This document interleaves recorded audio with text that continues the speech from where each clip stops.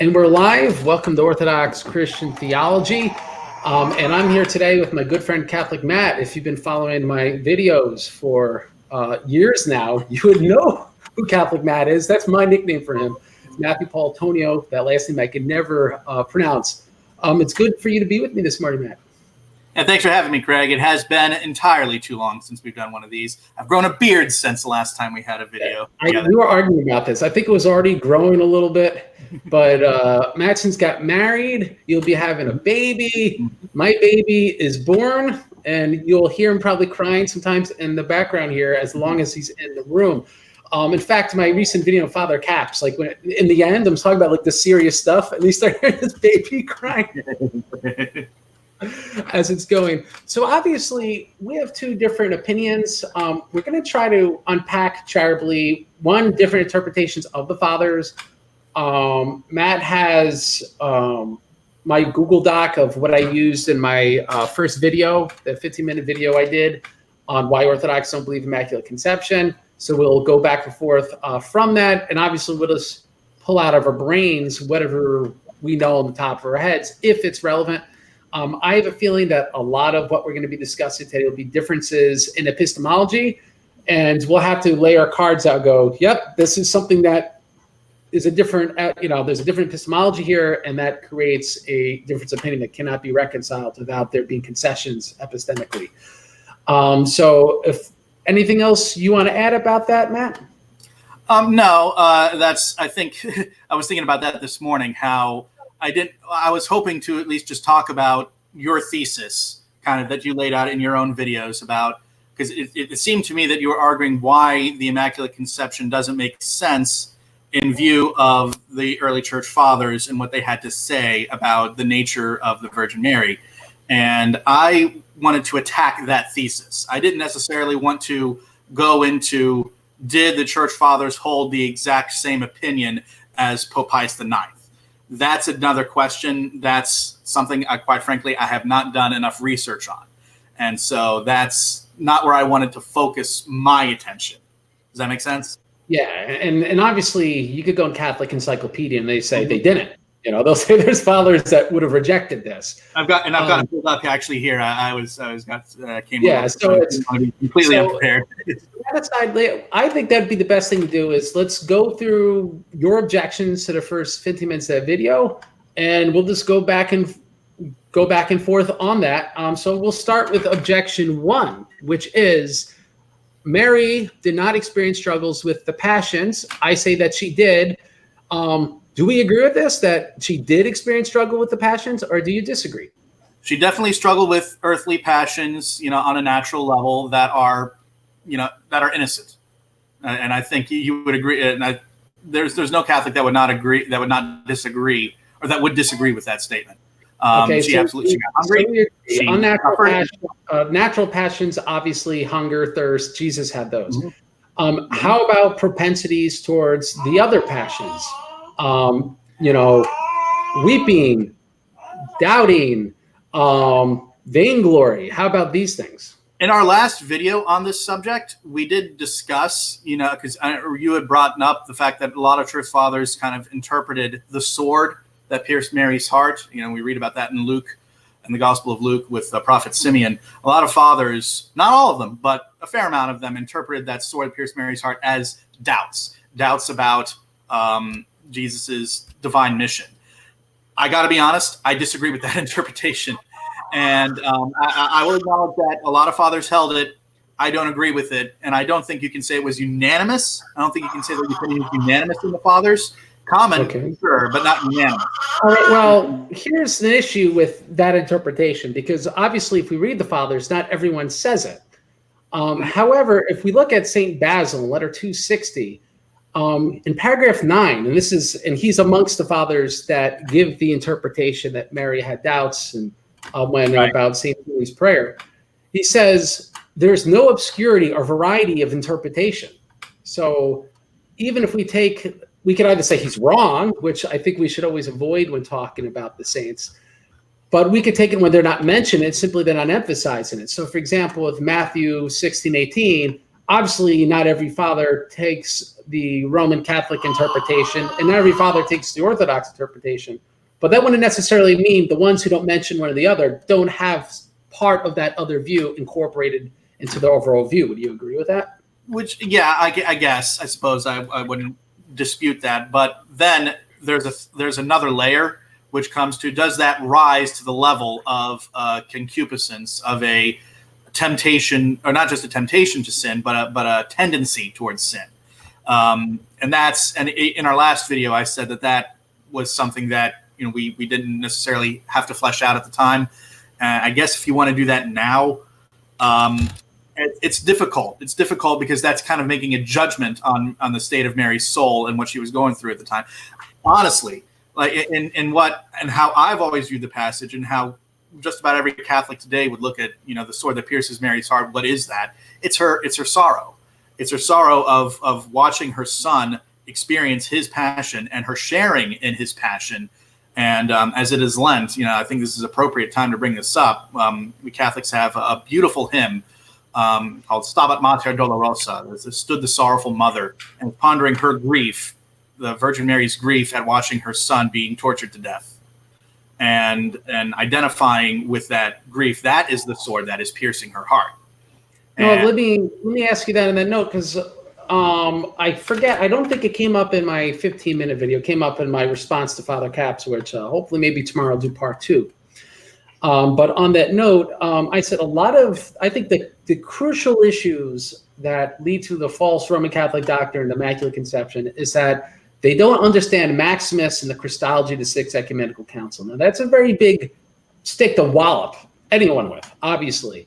But so let me ask you, because I think you're bringing out part of this issue is the lack of appreciation of the theology of Maximus. So, like, would you say Mary experienced sorrow, despair, weeping, and wailing and lamentation at the crucifixion of Jesus? I do not think she experienced despair, no. If you want weeping, sorrow, well, duh. I mean, every parent would. Despair is a sin, no. All right, and so everything other than the word despair, then?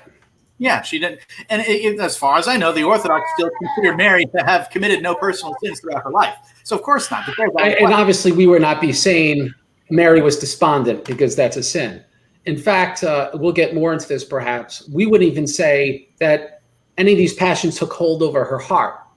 If you get into St. Maximus' Life of Mary, he literally, because there's the teaching the Father. I'd like to read it, but I have not read that. So. There's he says, yes, this occurred, but then it stopped like lightning, because you're trying to balance these two seemingly contradictory teachings. But here's why I use those words. All of those words I just quoted, and that would be sorrow, despair, weeping, wailing, lamentation. So those 5 words. And Maximus questions Thalassius, and the citation is 1.2.15. Okay, so you could look it up if you have the book. You probably don't, but this is why I said most people don't have this. All those are explicitly mentioned as passions that are a result of the fall. And then in the very next paragraph, he makes explicit that Jesus only partook of these voluntarily and by condescension. Right. But he did not have these naturally. And here is where I'm going to pounce, right? Because here's where I think you have built up a false premise that you have built up all of your thesis from. And that is, you confuse, especially when it comes to what Roman Catholics are saying, you are confusing effects of original sin with original sin itself. And that's a mistake. Yes, natural passions, including sorrow, weeping, not a sinful kind of despair, but a wailing, if you will. Those are obviously, if humankind never fell, those things wouldn't have happened, and we would not experience suffering and death or sorrow or passions in any way. But those are effects of the fall. Those are not what the fall actually is. If we look at Genesis, and if we define exactly what happened when man fell, what did they lose? They lost grace. They lost the grace of original justice. That is primarily what original sin is. The curse, which God imposes on Adam and Eve and the serpent for their sin, that is an effect of what they've done. That is not exactly identified with what they've done. Does that make sense, Craig? I will say this. It makes sense, but wouldn't you agree these are categories of thought that do not come up in any of the documents that I'm citing? I don't know. But here's how I can prove it. That could be an issue. I don't know, but here's how I can prove it. Craig, did you know that I do not and you do not have original sin? Neither of us has original sin. Did you know that? You're talking about inherited guilt? Sure. I mean, not just that, but like original sin, we used to have it, but now we don't. You're speaking of baptism. Exactly. But what do we have? We still suffer effects of the original sin, don't we? We suffer. Yes. We get hurt. We die. Hopefully not for a long time. And we have concupiscence. We have a tendency towards sin that baptism did not remove. That's correct. All right. So now let me ask you this, though. True. We do not have original sin. We spoke about effects, but we have to speak about effects have cause or causes, correct? They have the effect have causes, correct? You have cause and effect. The cause causes. Yes. So effects have causes or a cause. A cause can have more than one effect. So the issue is this: if there's the effects of original sin in you, me, Mary, the cause is our inheritance from Adam. That's where it comes from. That's the cause. You're right. But that's different from saying that you have it. Because if we're looking at just the presence, I understand you're making this distinction between voluntarily opting into the effects and being subject to the effects because of your lineage from Adam having a normal or non-supernatural conception, which Mary's conception, although immaculate and pure pristine, was not supernatural like Christ's conception is, because Christ has no human father. What that means is that Mary would have naturally been subject to everything that we are because of original sin, not just the earthly passions, but the spiritual, the concupiscence as well, had not God prevented that from occurring. The grace of immaculate conception. And that's where immaculate conception does not, just like baptism does not remove every effect of original sin, the Immaculate Conception also does not remove every effect of original sin. Well, and that's where there's an issue, and you're going to have to further clarify that, because he said, he said Mary's subject to the same things that we are by birth. We agree. He said, but natural passions, some of these effects that she would otherwise be subject to have been removed. Like I always pronounce the word wrong. Concupiscence. So say it for us, Matt. Say it. I say concupiscence, concupiscence, tomato, whatever. Concupiscence. So anyway, but here's where I think that's wrong. Because for one, we could list father after father after father, showing her partaking in passions, saying that she's partaking in passions, that would not be just the natural ones. So, for example, when St. John Chrysostom twice speaks of the Theotokos and her having vainglory, which, just so people know, I don't think the Theotokos had vainglory. I think she was battling the passion of vainglory, because I don't believe in Immaculate Conception. I believe she had both natural and unnatural passions, which she turned away from all the time. I know Matt disagrees. Well, okay. So there's a difference. So this is number one. This is number one, that your doctrine cannot account for the fact that the fathers do teach this. Here's the second thing, and this is the absolute silver bullet. You cannot dodge it, and no matter what you do, you cannot avoid it. Watch me. Would you agree that Mary sometimes had to consider between options, good options and bad options, right? She didn't know always what was right instantly. Would you agree with that? I would agree that she was not perfect in the sense that she always knew the perfect thing to do at every given time. I mean, like, she could have made mistakes in her life. There's a difference between mistakes. She could deliberate between good and bad decisions. She had the power to deliberate, correct? When you say good and bad, I would have to insist that it's not between, that it's not just, that there's no sin involved. She does not consider. So she could not, for example, see a handsome person and then deliberate, I am not going to think about that. She can't have that thought to turn away from. Oh, and I see what you're driving at. If not you want to say precisely, by the way. Because I admitted in our last video that it was possible for Mary to commit a sin. That it was Immaculate Conception. I'm not saying she did evil, but she could deliberate between good and evil. And on that note, for example, doubting at the cross, which you will permit to be a possible interpretation. I'm not entirely certain. You don't permit it to be a possible interpretation, even though I'm not sure. Like, you listen to what I said. Many saints and Saint Basil said there is no diversity interpretation. You'd disagree with Saint Basil? Maybe. And like I said, that's something I'll have to inspect further. That's something I have not thoroughly investigated on. That's another problem. But that aside, here's why: if Mary could deliberate between good and evil, all right, which is any power of deliberation.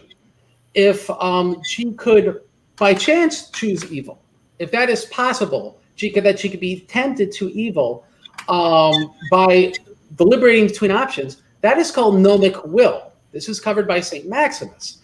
Now, gnomic will, according to paragraph 153 of Disputation with Pyrrhus, is a result of the fall. And to quote St. Maximus, he says that an inquiry into things still unknown. So, I mean, if there's something you still don't know, and choices between uncertain things make the Lord a sinful man. He absolutely denied that Jesus had that. And so it seems to me, you would have to affirm that Mary had gnomic will like the rest of us, you would have to affirm that she has original sin, because that's part of the definition. There's a major gap in logic there. But if you are now going to say Mary did not have gnomic will, I want to know if that's your position. There's a major gap. And it's possible that St. Maximus just could be incorrect on this. Again, I have not thoroughly investigated. So Maximus he could be. I mean, like, you're not going to say that he was infallible in all of his writings. I'm going to say there's a major gap. The basis, the Sixth Ecumenical Council, though, there could be no denying. There's a major gap in this logical thinking that being able to, and this is like, just look at Eve, read Genesis 2. Yes. Read Genesis 2 and 3. Does St. Maximus account for this? I could give you the answer. Do you want the answer? Sure. Okay. This is very important. The scripture, and this also goes to Christ. Christ was tempted in every way we are, but without sin. Though the Greek word is tested, but we could use the word tempted. Maximus talks about this. How could Adam and Eve? How could Jesus be tempted? St. John of Damascus talks about this in chapter 20 of book 3 in Exposition of the Orthodox Faith. And this is how. Before the fall, you could only be tempted by natural goods. Christ was only tempted by natural goods, is what St. Maximus talks about in the Questions of Thalassius. That's how he addresses the issue. So, for example, you could be tempted to eat with a blameless passion because you need to eat. That's absolutely necessary. But this is going to sound wacky to people. When you're tempted to eat dessert, you know you're already kind of full, and let's say not even totally full, but you're not going to be satisfied until you eat chocolate or until you eat fruit. You just need that sweetness. Well, pleasure and pain come from the fall. So that would be attempted towards an unnatural good. It requires a correct understanding of natural and natural that St. Maximus talks about. So my point in saying that is this, that Jesus, Eve, Adam, when they were tempted by natural goods. Think about the temptation in the garden. Why don't you eat the tree, the fruit of the tree? Oh, you can't do that. You'll surely die. You will surely not die, natural good one. You'll be like God, natural good two. We want to be like God. That's and so that's how St. Maximus, you fail to differentiate between natural and unnatural goods in temptations. And granted, I'd say, oh, well, you're making categories. I didn't make it. These categories exist in Maximus. So that's why I'm citing St. Maximus's categories. I have no problem with the category, but I just think that it's a mistake to look at the fall as a purely natural temptation. No, this is about pride. I think that kind of lessens the effect of what actually took place in Genesis at the fall. Well, this is you will be like God. That's a temptation to pride. That's a spiritual temptation. That's not just a natural one. And I think this is why proper Christology is so important, because I think the Roman Catholic view requires an accurate view of what temptation is. So, for example, in Exposition Orthodox Faith, Book 3, Chapter 20, which is like the go-to chapter for this, by the way,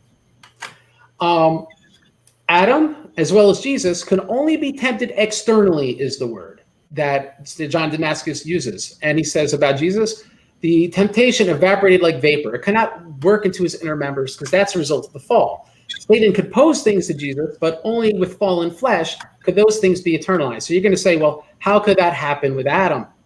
You know, that's why he had to be posed with natural goods, because unnatural goods cannot be eternalized in the prelapsarian state. That's what the fathers say. And by the way, it's not just St. John Damascus. Augustine and Gregory the Great both mention this as well. So even if I grant you that this gnomic will doctrine, even if I grant you that this having a gnomic will is a result of the fall, again, it's what I say earlier. It's a result. It's an effect of the fall. It is not identified with the fall. It is not a sin to reject sin. Oh, absolutely not. And that's super important, though, because I went over that also in my video, right? St. Augustine said, and this is, look at the Google Doc. I think it's in Objection 1 on the Trinity, Book 13, paragraph 23. So you have it in front of you. It says, incitement. She had post-lapsarian flesh. Those with priesthood of Jesus, well, they did not turn away from carnal desire. So that's John Damascus. If you go past it, it says in all bold underline, according to Augustine. You want to read the passage below there, or you want me to read it? Incitement of sexual intercourse, if men yield to it, is satisfied by an act of sin. If not, then it is brought by an act of refusal. Which two things who could doubt to have been alien from paradise before sin? So rejecting sin is obviously not sinful. It's virtuous. I agree with you. St. John of Maximus agrees with you. The problem is the fact that you can reject like that, you could refuse, is a result of the fall. That's what Augustine says. Result. Again, eternal temptations are not possible other than the post-lapsarian state.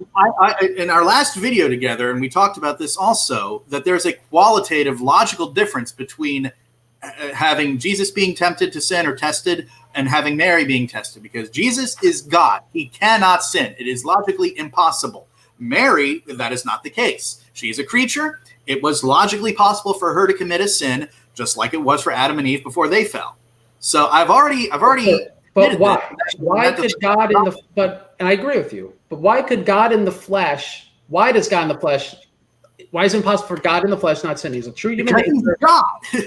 Because okay. He's God. That's why. But what in his human nature is different? He has when in his human nature is different from us. I mean, his human nature is not different from us. It isn't. No, it's not. They're the preternatural gifts, and this is. I might want to link to you an article on this by a man named Kippis, not to be confused with Capus, who talks about the distinction between preternatural gifts enjoyed by Adam and Eve before the fall, and like immortality, impassibility, and integrity. Those are not intrinsic to human nature. Those are gifts. And the reason God cannot sin is because he has a deified nous. It's what we will have in heaven. That's why we won't sin. A deified nous is always, the will is always accorded to God. And so you will not sin. You will be abiding in God's grace for eternity. And obviously God, Jesus Christ, God by nature, his human nature has that, obviously. Adam and Eve before the fall did not have that, obviously, yet. That's how they fell. So even like we agree, someone who has no sin, and this is where I disagree with St. John Maximovich, and we talked about this, someone with no sin could still sin. It's because it happened to Adam and Eve. That could still happen. But it could happen because they are tempted, just like what Satan tried doing to Jesus, the new Adam. They'd be tempted towards natural goods and then be deceived, which is why it says Eve was deceived into thinking they're doing something good and it's really bad. And so sin is possible, but the way it occurs is by nature different. They couldn't be tempted towards vainglory before the fall. They didn't have to turn their minds from carnal thoughts. Adam didn't have to think of Eve and not have turn from carnal thoughts. That was impossible before the fall. Sure. And that's why when St. John Damascus says Mary turned her mind from every carnal thought, that shows there's a qualitative difference. In the fact that there are that she still suffers from the certain effects of sin. Sure, I don't disagree with that, and the doctrine doesn't. The doctrine allows for this. The doctrine allows for certain, But that wouldn't be a blameless passion there. So there you would be admitting. No, because rejecting those passions is not a sin, and she did not have. But again, we go back to Augustine. Augustine said the act of refusal or rejecting that passion, again, carnal thoughts, it was alien from paradise before the fall. So it is the result of sin. It's the result, but it's not what it is itself. That's where I think I agree, because Mary did not sin. In fact, it's virtuous to refuse sin. She did not have refused sin in post-lapsarian flesh. Her flesh did something that was alien prior to the fall. Well, of course, the natural passions were alien prior to the fall because of the preternatural gifts of integrity, of impassibility, of the inability to suffer. But there's a reason why Mary has them, and there's a reason why Jesus has them. They're different. I know they're different, but that's not the point. That's beside the point. That's your problem here, is that you're missing the point as what Roman Catholics are making when we talk about the Immaculate Conception. The point is, here's the point, and let me just read it again, because I did this in the last video, and it'll bear on. Should have gotten to this. I don't remember that video anymore, so go right ahead. Okay. Here is the dogma, all right, from Ineffabilis Deus. We declare, pronounce, and define that the doctrine which holds that the Most Blessed Virgin Mary, in the first instance of her conception, by a singular grace and privilege granted by Almighty God, in view of the merits of Jesus Christ, the Savior of the human race, was preserved free from all stain of original sin, is a doctrine revealed by God, and therefore to be believed in firmly and constantly by all the faithful. So, what is the stain? Let's define. What is the stain of original sin? It is concupiscence. And what is concupiscence? Concupiscence is a tendency towards sin, disordered appetites. Having disordered appetites. Not rejecting disordered appetites, but actually having disordered appetite, disordered lower appetites, specifically carnal pleasures of the flesh, specifically sex. Is where my question. Have you ever had the temptation to eat Drano? To eat what? Drano. Say that again. Have you ever had the temptation to drink Drano? No, I have not. That'll be honest with you. I have not had the temptation to drink. Okay. And so you didn't refuse to drink Drano. You've never had that unnatural appetite. I have refused it. Refuse the appetite. Refuse the desire to drink Drano. Yeah, and I refuse the desire to. No, I refuse to drink. Because the desire hasn't taken hold. I'm sure if you like Romans 1, if you live enough of a life in sin, Virgin Mary indulging in lust would be like drinking Drano. It's just not going to happen. Well, I agree with you, but so the idea is this: it's like you're not like a Zoomer with the Tide Pods or whatever. So you're not the Zoomer with the Tide Pods. So that's never occurred to you, all right? So there'd be no act of refusal there. No, there still is. I disagree. Well, no, I'm trying to make an example where at least from experience. Yeah, I never had to refuse this. So if Mary had to refuse vainglory, like St. John Chrysostom says, if she had to refuse doubt, if she had to refuse lamentation, if she had to refuse carnal thoughts, like St. John Damascus says, I think that evaporates the point you're making. No, because for one, I don't think, and you said that you're not really sure that you don't think the Virgin Mary had vainglory. No, I don't think she did. I would interpret. So you disagree with? I have a problem saying more charitably than that. But if you want, I could get more into my exegesis of what he says about it. And I'm okay with admitting that maybe some fathers were wrong on this issue, thinking that Mary had vainglory and had lust, or ever had to. I do not think any cardinal thought entered her mind ever. Well, and I agree. St. John Damascus says that no carnal thought entered her mind. She refused every carnal thought. There you go. I mean, that points toward. See, when I read the fathers like Augustine say that she always turned those carnal thoughts away, that means that she never indulged them. She never had them. That points towards the Immaculate Conception. It doesn't point away. Well, no, because the act of refusal is actually the result of only exists in a post-lapsarian flesh. But that refusal demonstrates a grace that is present, a grace that is always refused. It's definitely by God's grace. Immaculate Conception. That's what I'm saying. But that grace wouldn't need to be there if she had pre-lapsarian flesh again. What do you mean? The grace wouldn't need to be there if she had prelapse? The grace to refuse. She would not need the grace to refuse carnal thoughts if she had prelapsarian flesh. It's not possible. I don't know about that. Because I disagree with Augustine, John of Damascus. I think you always need grace to refuse sin. I think you always need it. No, that's not true. In the natural state, you can only be tempted towards goods. No. Well, okay. Yes, you can only be tempted towards goods. Okay. It's the only ones that you could be tempted by. Well, Adam and Eve were tempted to pride. Well, again, not according to natural goods were involved. Natural goods were involved. But anthropology was absolutely necessary to undo the heresies of monothelitism, monoenergism. That's why these categories of thought were clarified by St. Maximus, because it leads to those other heresies if we don't understand these things. Say that again. And I'm pretty concerned where, like, I agree with you in principle. Could a saint be wrong about something? Yes. How do we know? Obviously, Saint Pope Stephen, right, disagreed with Saint Cyprian, right? So I agree with you. We can so flippantly be like, well, Basil's wrong and Maximus is wrong and Augustine's wrong about that, and no one actually explicitly said what I said. And it gets to the point is like, well, maybe what you said's just not patristic, and it wasn't for the apostolic. Again, and this is where I don't know if you want to talk about the difference in epistemology right now. Augustine, I don't think specifically goes into I don't think you can say that rejecting sin is indicating that you have a tendency towards that sin. That does not logically follow. You could read the paragraph. You have the citation. It just doesn't. I mean, like, that's something you have not logically proven. And I'm not seeking to logically prove it. I'm seeking to restate what the saint says. If you don't logically prove it, then you can't contradict what we're saying when we talk about the Immaculate. I can say the saint says something that disagrees with the logical conclusion, which then calls to premise your logical premises. Not a question.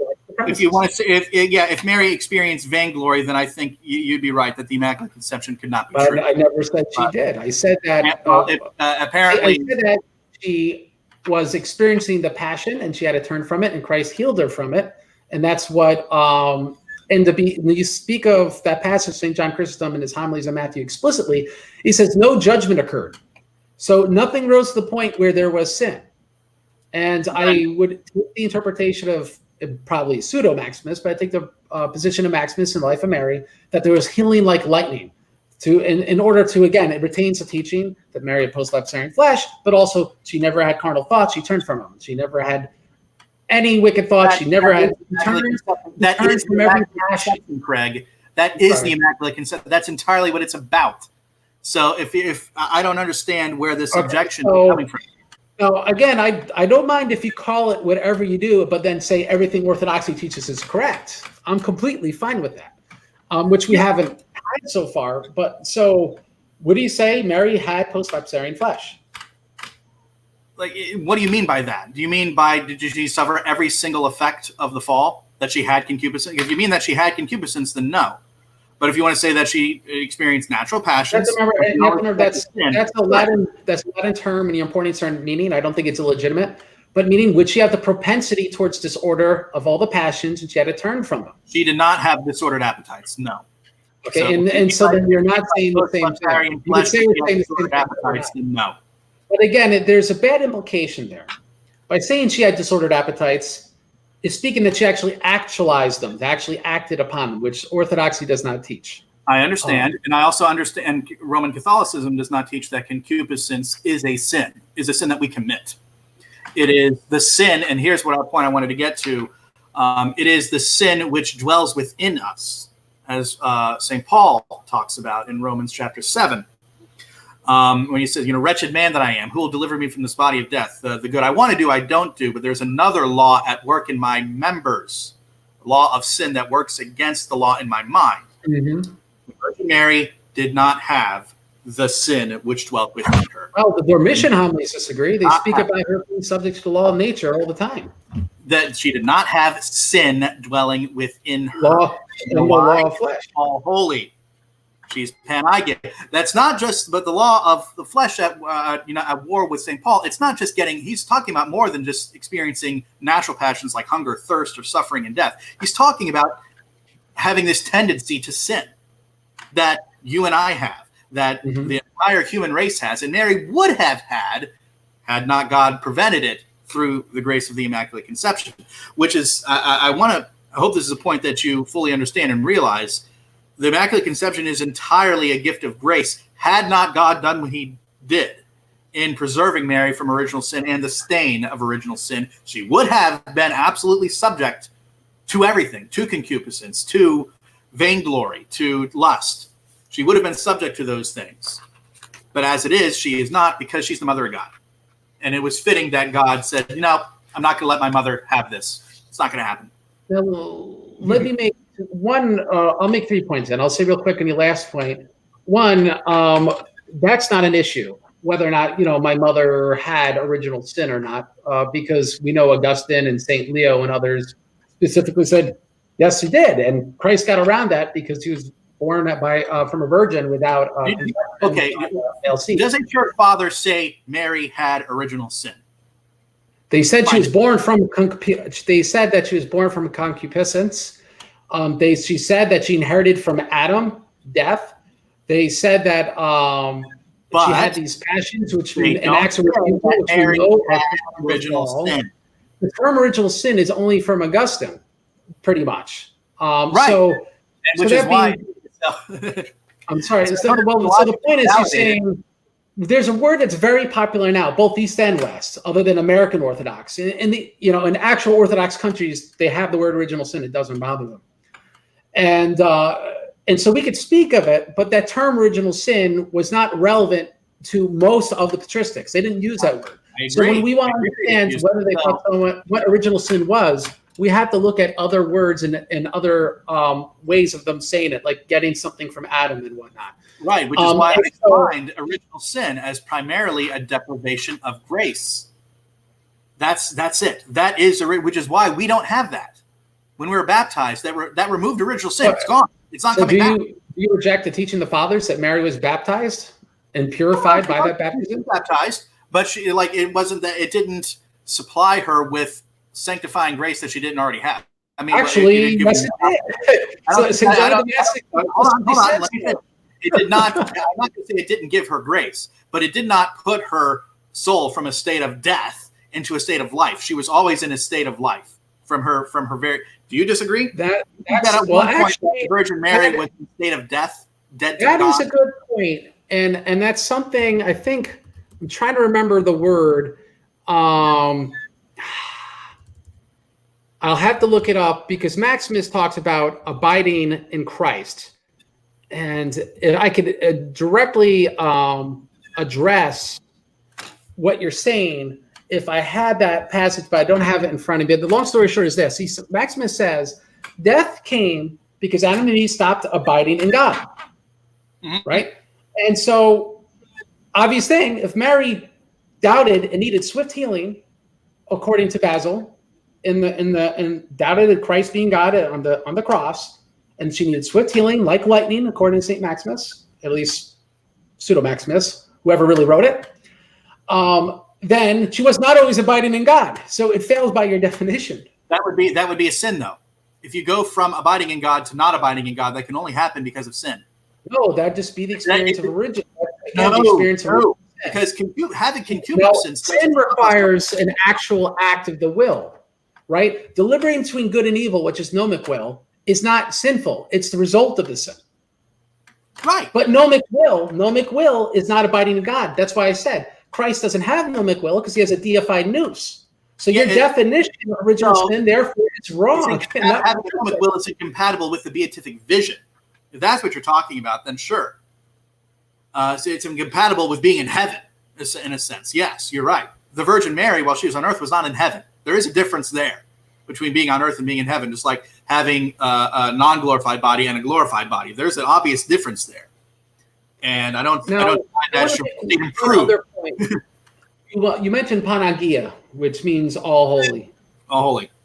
And again, according to St. John Maximovich, Mary's merit came from the fact she had the same disadvantage as we did, and she turned from these sins and lived a holy life. And so there's a way to understand holiness as not by default must mean she doesn't have original sin. Because I think they'd be you're importing too much meaning into that word. Because, for example, the fathers, because I could quote Father Capps on this, speak about us going from sinfulness into a state of all holiness from baptism.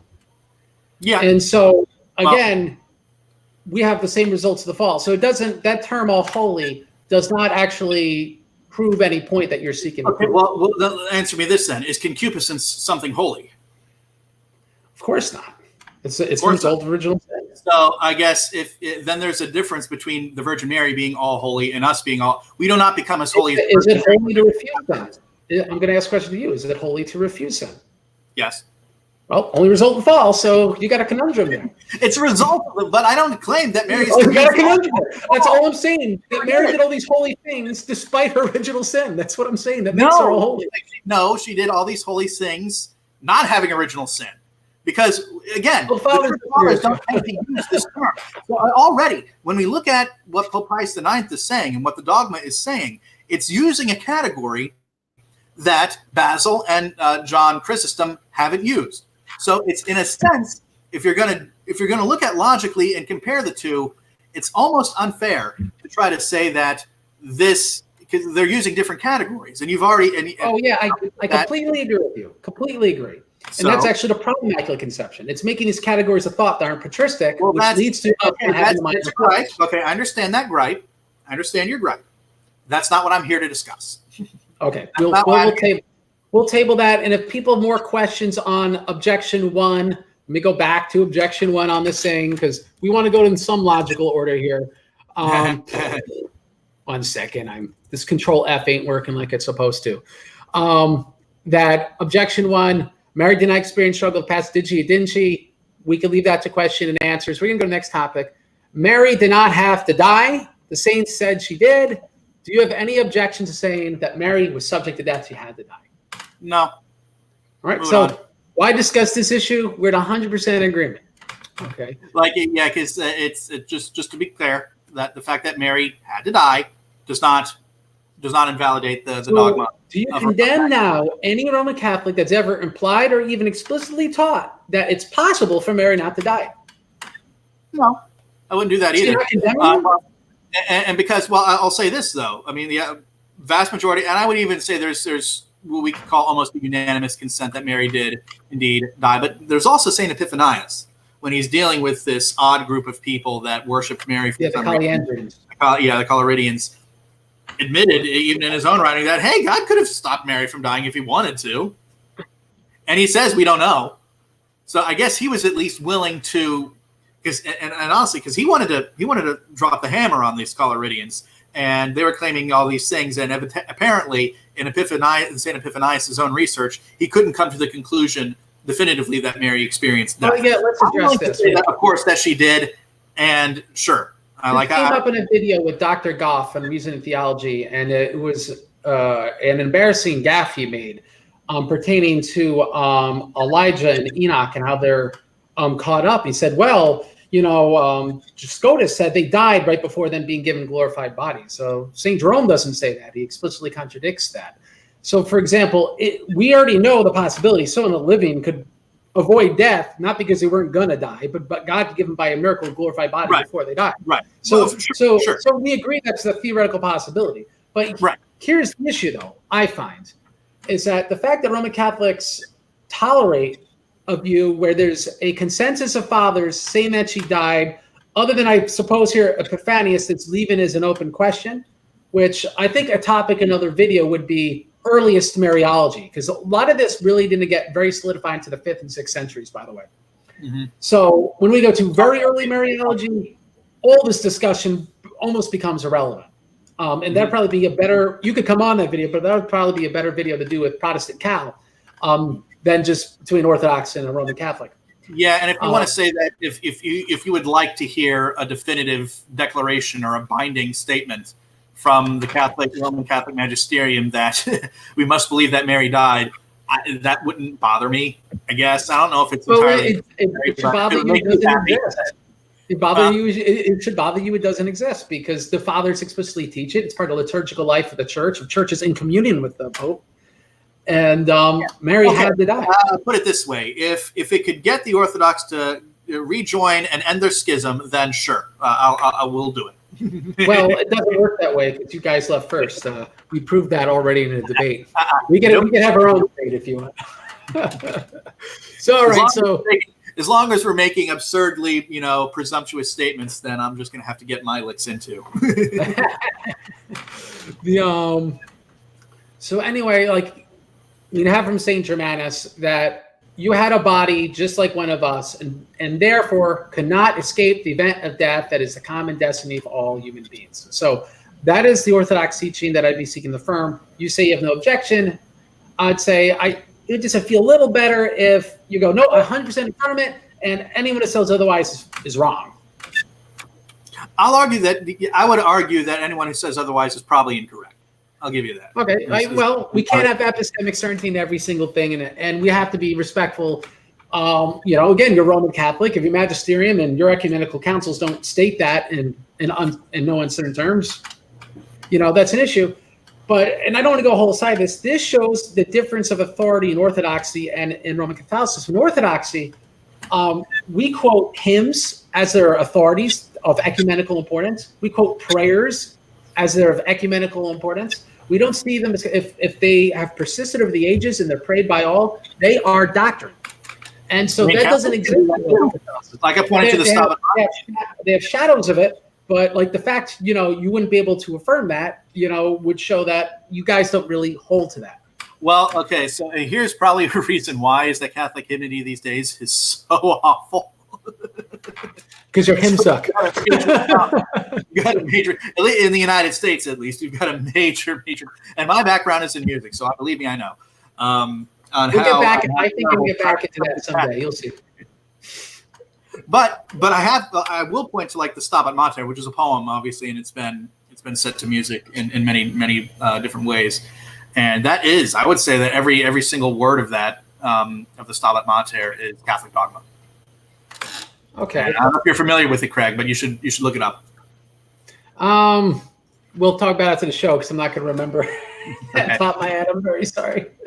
So let's go to point objection 3. Death and passions are not the result of original sin. And I say, obviously, the saints disagree. So would you say death and passions are a result of original sin? Sure, but they are not identified with original sin because it's not a sin. It's not unholy to suffer and die. In fact, it can be very holy. The martyrs, a case in point. In fact, they suffer and die is the result of original sin. Great. Yeah. Well, yes, but it's also great that they suffer and die. Oh, I agree. Wouldn't you agree? It makes them holier people that they did. I agree that it's God bringing good out of the evil, if you will, of suffering, but that's it's a natural evil. Obviously, it's not a supernatural evil, and it's not a sin, and it does not mean that you have original sin. Because again, we don't. I don't. You don't. Because we've been baptized. Original sin's gone. It's not coming back. So if you want to, it doesn't work on an exact parallel, but if you want to think of the Immaculate Conception as, in a sense, a kind of baptism of the Virgin Mary as soon as she came into existence, you can look at it that way. Well, let's talk about that. Do you know when the fathers identified her baptism to be? The tradition I think has in the Gospel of John chapter 3, whereas the only place where it says Jesus baptized someone. That I think the tradition was that Jesus baptized his mother and St. Peter, and then Peter baptized the apostles.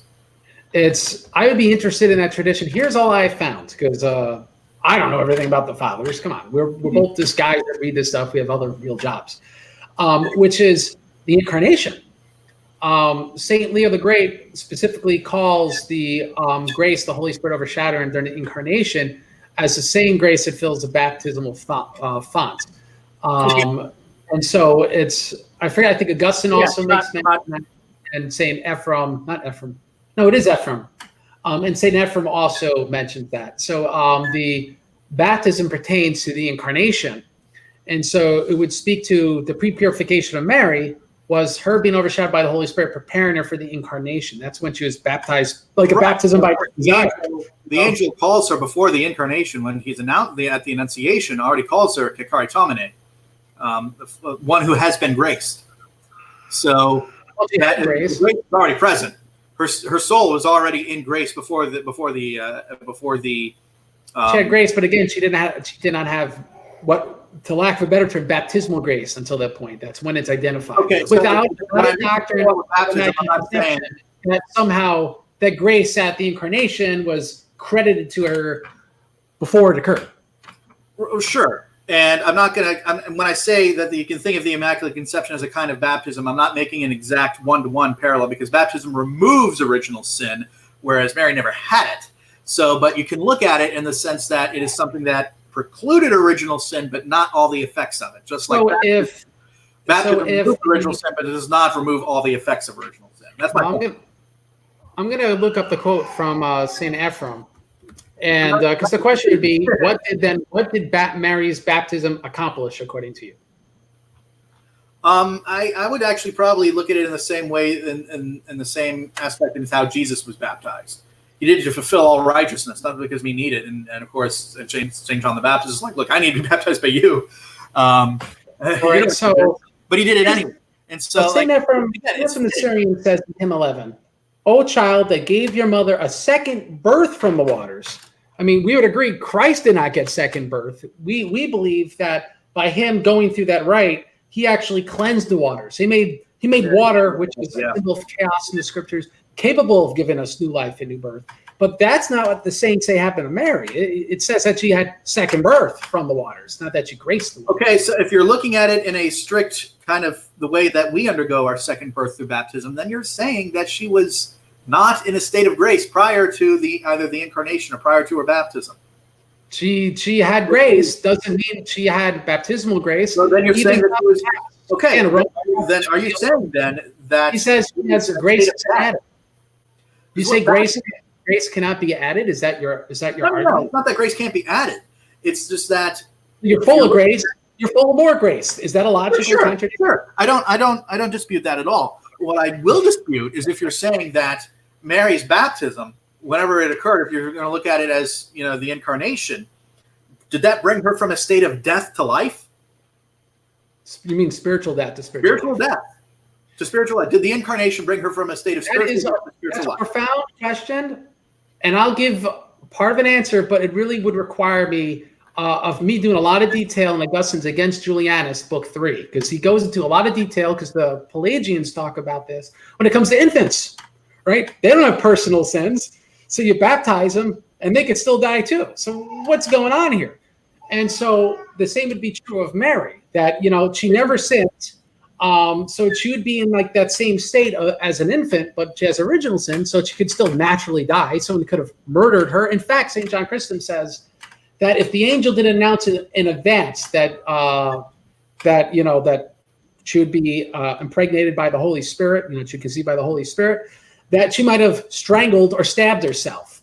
So, yes, Mary was capable of dying before the incarnation. And she was capable of dying afterwards. Sorry? And obviously she was capable of dying afterwards. So, it's what... But I think primarily concerned with the state of her soul. I think this is my point. So, the issue would be, because the term used by Augustine is whether infants are under the power of the devil. And he says, no, because they could be baptized. And so we would give the same answer about the Theotokos, that it was predestined that should be baptized by the Holy Spirit by the incarnation. So having this theoretical, it didn't occur. Well, again, goes beyond one, the ramifications of what being under the power of the devil even means, according to Augustine, and what baptism accomplishes for those people. If you're not in a state of grace, you're under the power of the devil. That's basically what that's what the Catholic Church says, and why. As far as when you're thinking about this, and I know the Orthodox have gripes with how Roman Catholics talk about development of doctrine, but I'm going to go ahead and talk about this here. That when we're answering the question, was the Virgin Mary ever in her existence ever under the power of the devil? You're asking me that as a positive question. The answer to that question is how you answer the question: was she conceived in original sin or not? Well, say this: if you're under original sin, that means you don't have grace and you're in the power of the devil. That's what you're using the term inconsistent with the man who coined it, which is St. Augustine in Book 3 of Against Julianus. So you'd have to read Book 3 and see how he's applying the concept for that to even begin. You're saying that Augustine did not believe that you. Okay, so I'll have to read it. So you're claiming that Augustine says that infants are not under the power of the devil. He said, and yes, and the answer he gives is because they get baptized. That's the answer. But before baptism, he doesn't. That's again, you can not like the ramifications of his thought, but okay, maybe I don't. I think say that Augustine, he could be wrong about this too. But all right, well, okay, another in the state of grace, then your soul can't go to heaven, and therefore, if your soul is excluded from heaven, then there's only one other thing. And I know we can talk about the limbo and the whatnot and all that. Well, stuff. Again, I think we would agree. Augustine would affirm that unbaptized infants didn't go to heaven. So right. And if they're not in heaven, then what domain are they under? Well, they're in hell. Yeah. That's what Augustine would affirm. And again, not a suffering. They're not suffering because they haven't committed I agree with you. But if they're not in heaven, then they're under the power of the. Then they're under the power of the devil in a certain sense. They're excluded from the beatific vision.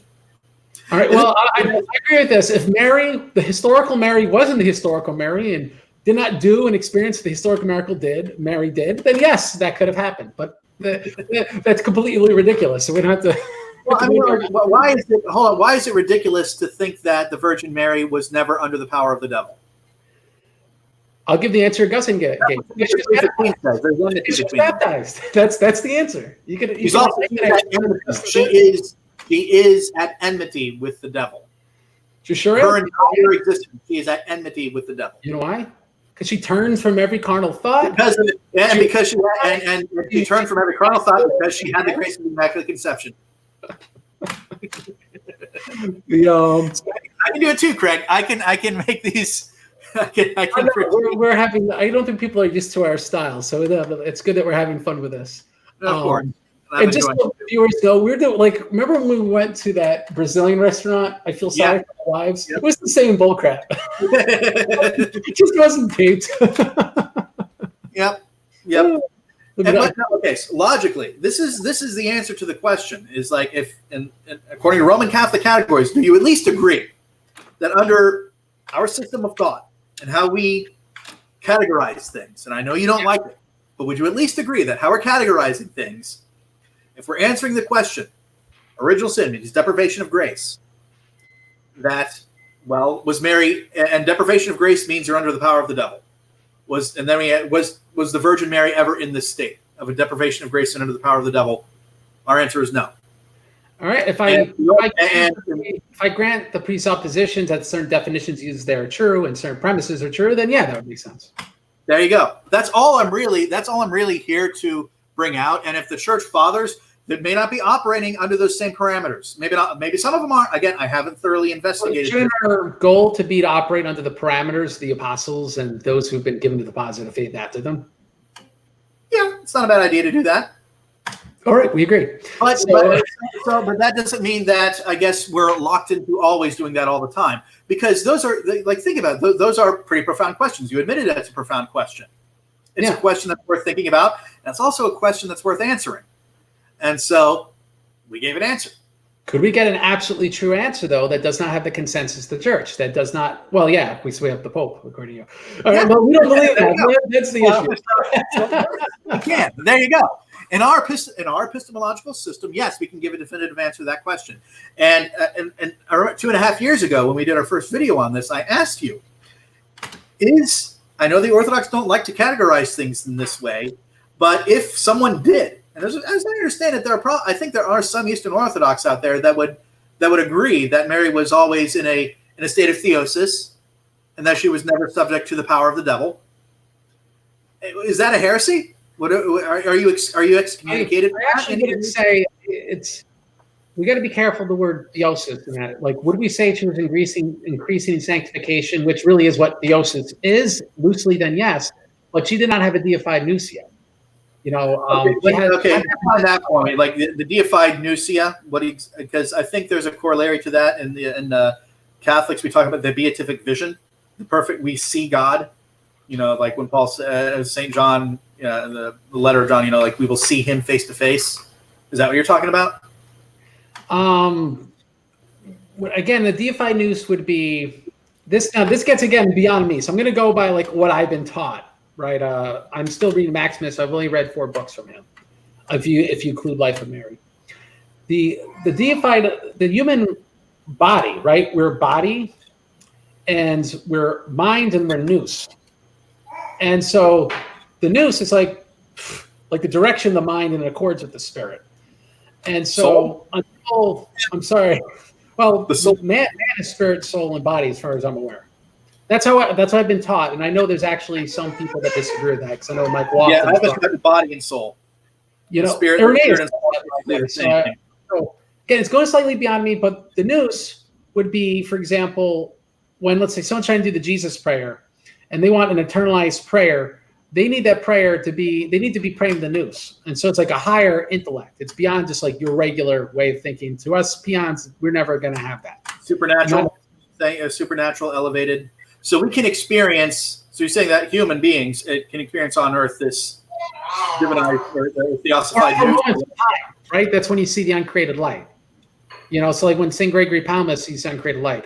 But that's the thing. I don't think that's permanent for anyone that's lived on earth, as far as I'm aware, but it's not an issue I've done enough research on where I could get in more detail. Okay, because that's something I'm not quite familiar with either. But what I don't know if you've heard Catholics talk about this. The beatific vision is heaven, essentially, that you are in heaven if you are seeing God face to face. And Jesus, even in his human nature, and of course, obviously in his divine nature, always had the beatific vision. Having that beatific vision means that you are immune to sin. You cannot have both. You cannot have the beatific vision and have it possible to sin. And we agree. By news cannot sin. But I will admit that the Virgin Mary on earth did not have the beatific vision. So Roman Catholic conception is not the same thing as having the beatific vision. When she was ascended bodily into heaven, she improved. I will say that her state improved. Not only was she given a glorified body, but she now sees God face to face. So let's move on to objection 4, which was Jesus experienced corruption and blameless passions the same way Mary did. And my response was, the saints are emphatic that that's Christ, was not subject to death. And that's Damascene in the Exposition, Book 3, Chapter 27. And nor had blameless passions by necessity due to having no human father. All right. So would you agree then Jesus experienced corruption, blameless passions for different reasons than Mary did? Sure, for different reasons. But if your argument, and I don't think this is what you're saying, but if anyone else out there is saying, and I've definitely heard this before from other people, that the existence, just the existence of these natural passions is incompatible with the Immaculate Conception, or with not having original sin. That where if you have these passions in your person, if natural passions exist in your body or in your soul or whatever, then that means you must have original sin. That would obviously be false, right? My baby just said, "Wah." So the last. The mere presence of natural passions does not preclude that someone could be without original sin. Presuming that they voluntarily assume them, not if they're subject to them and they have right. I understand the distinction here, and I wanted to be careful and watching your video and reading your stuff, and you had said I understand the distinction you're making, but would you at least agree that the mere presence of, not just however you got into them, put that aside for now, but the mere presence of these passions does not preclude that someone is without original sin? In the case of Christ, the case of Jesus Christ, or if anyone somehow for the same exact reasons had them, then yes. Okay. So then what is the difference? To me, that's all that really matters in terms of when we're talking about, is the Immaculate Conception true or not? It may matter for other things, like I know how the saints are, they talk about how Mary experienced and was naturally subject to, if you will, the natural passions of the flesh.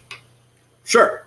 And that Christ did not have to experience those, that he opted into them to show, I guess, the superiority of Christ to Mary, which, again, no Catholic is going to say that Christ is inferior to Mary or that Christ is not superior to the Virgin Mary.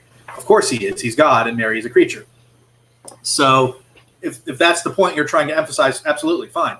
But it does not preclude the Immaculate. All that really matters is the Immaculate in our conversation. Is this true? And does the fact that Mary was naturally subject to these natural passions preclude the Immaculate Conception? It doesn't. All right, so let me clarify then. So you would admit the existence of Mary having, I know we already disagree about the extent of the passions, but Mary having passions, Mary having gnomic will, Mary having corruption, that she inherited these from Adam and not voluntarily assumed them. You would concede that.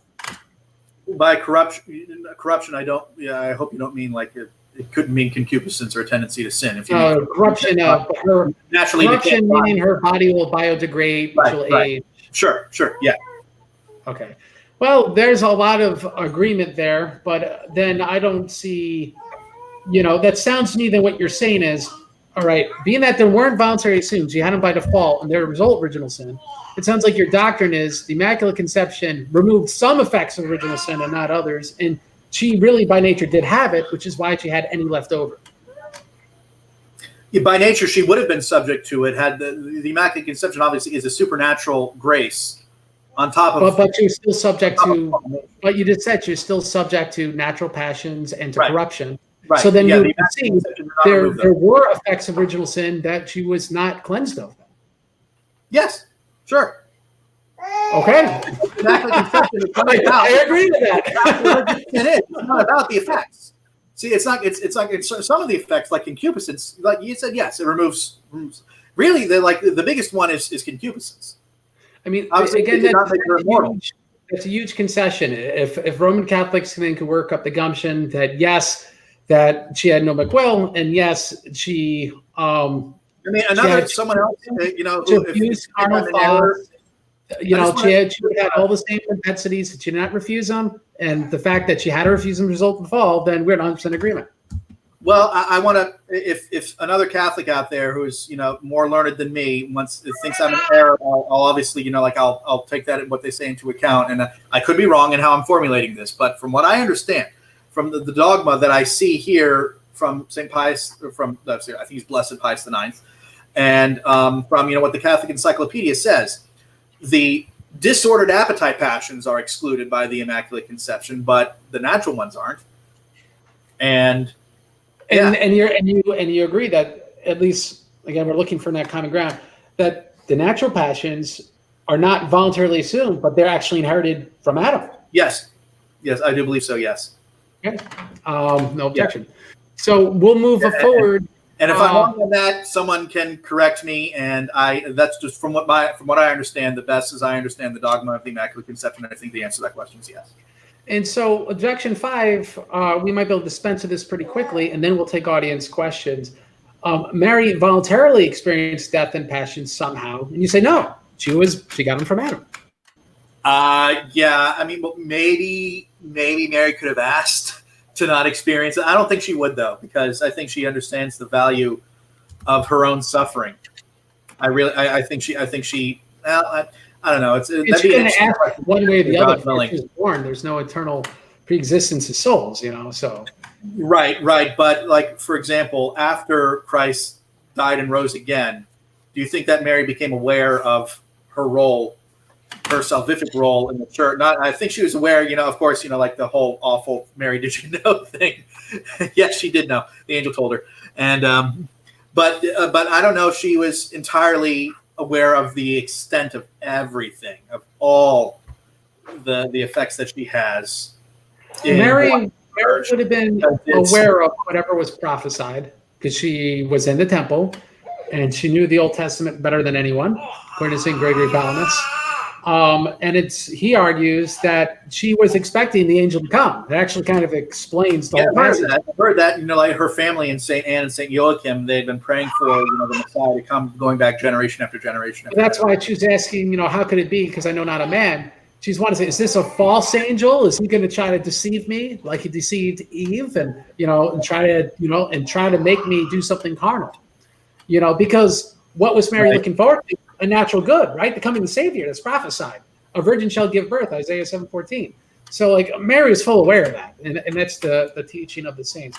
Now, let me ask you a logical question, which would be, and then you could ask me one, and we'll go back and forth until we get some cool questions, which would be, do you think that there's a logical impossibility that Christ, from something, Christ could come, his substance and his human nature could come from, sinful matter, like Mary, if she was made of sinful fallen matter, which you in part kind of conceded to because her corruption came from Adam.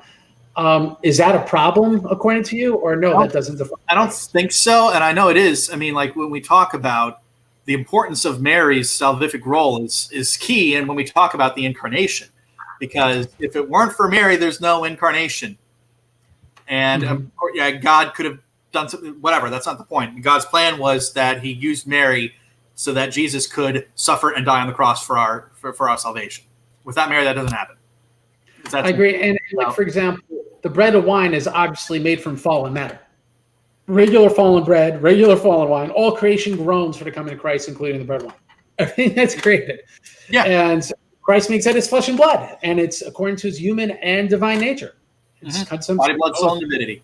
Yeah. So it's that's why, like, to me, it's like you technically don't need the Immaculate Conception to save Christ from anything, because we are like he does it every day. I'm honest. And I also admitted, and I think most Catholics are willing to admit this, although there's a caveat that I might talk about, but that the Immaculate Conception was not required by God to do in order to save us. I mean, he did not have to do it. He did not have, the incarnation could have taken place without it. And yeah, but it's fitting. And I said this in our last video that we talked about it. It was most fitting that the Ark of the New Covenant would be pristine, spotless, and have no stain. And that's, and I think, like St. John Maximovich's point was, it was most fitting that actually she would experience and know everything that we did and turn away from it, because that would make her holier. That would show magnify the work of God in her life. And I said at the time, that doesn't logically follow. It doesn't logically follow that there must be a personal defect in order to be holier. In fact, if you ask me, the existence of personal defects means that you're less holy. But you do say the defect of getting murdered as a martyr does add holiness to that person. Well, sure, but that's not a spiritual defect. When I'm talking about a spiritual defect, like concupiscence or a strong, like I say, I do believe that God is pleased when someone who has, say, a lustful habit turns away from it and refuses it. I think God is highly pleased by that. But to say that if someone doesn't have a natural or a lustful habit and also turns away from it, that God is, well, he's pleased, but maybe he's just kind of halfway pleased. Like when the Virgin Mary does something good, I think God's happy. I think that pleases God. I don't think that God is somehow less pleased with the Virgin Mary when she does something good, just because that she doesn't have a lustful habit. You know what I'm saying? I think your logic's defective, because by that same logic, wouldn't it be most fitting that evil never existed? Right? Everything was just always good all the time. Why did God permit? That was another objection of John Maximovich, that he's I'm not even talking about Mary. I'm talking about in all of history. That's a history as to why God allowed evil to happen. I don't know. Well, Augustine gives the answer. God deemed it better to bring good out of evil than not to let evil exist. That's in the Handbook of Faith, Hope, and Love. Well, so just say, well, it's most fitting not to have evil. I mean, we know that's false. Okay. I mean, it's more fitting for the Virgin Mary. It's more fitting for the Virgin Mary, the Ark of the Covenant, not to have evil. Well, was the Ark of the Covenant made of fallen matter? Okay. If you say Jesus' body is fallen matter, I mean, like, again, we have fallen matter that becomes... Because, again, the God transformed, like the bread and wine, into sinless flesh and blood, right? So just because something starts, like Christ ate food, right? He ate food, he ate fallen food. It wasn't glorified food. Okay, so glorified fallen, like you're looking at things, yes, in like the corruption and decay, but that's not what the Immaculate Conception is primarily concerned with. It's concerned with the state of Mary's soul. Maybe needs to be, because it's ignoring the patristic doctrines of who Mary was, which is what we care about. and in favor. So then it's answering a different question. That's irrelevant. Your entire thesis here is just aimed at the wrong target. Because what we're talking about is not whether or not she had. That's a good point. But here's why I would disagree, which would be this: I had to list every possible objection because obviously today we didn't agree on absolutely everything. We agreed on more than I thought, which is great. And but the reason I did it that way because it laid like the grounds, and eventually you're gonna have to fall in one of them, or at least part of one or two of them. And that's where you can identify, that's where you've departed from the fathers. And what we found you've departed from the fathers is that Roman Catholics do not understand Nomen Will. They do not understand what the act of refusal, where that comes from. These are absolutely essential issues which Roman Catholics don't understand, which is why they have this false doctrine.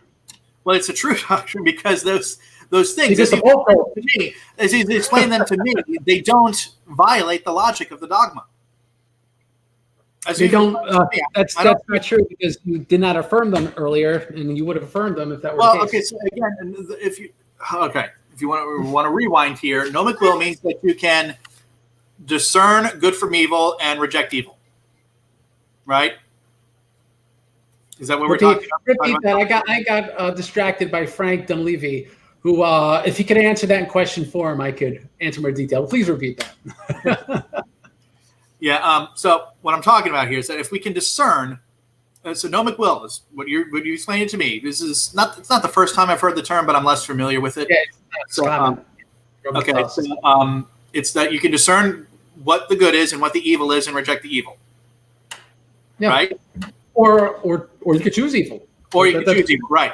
As I understand, that's not from what I've said, in that the fact that it's still possible, that it was still possible for Mary to commit sin, that doesn't logically refute the Immaculate Conception as Roman Catholics have defined it.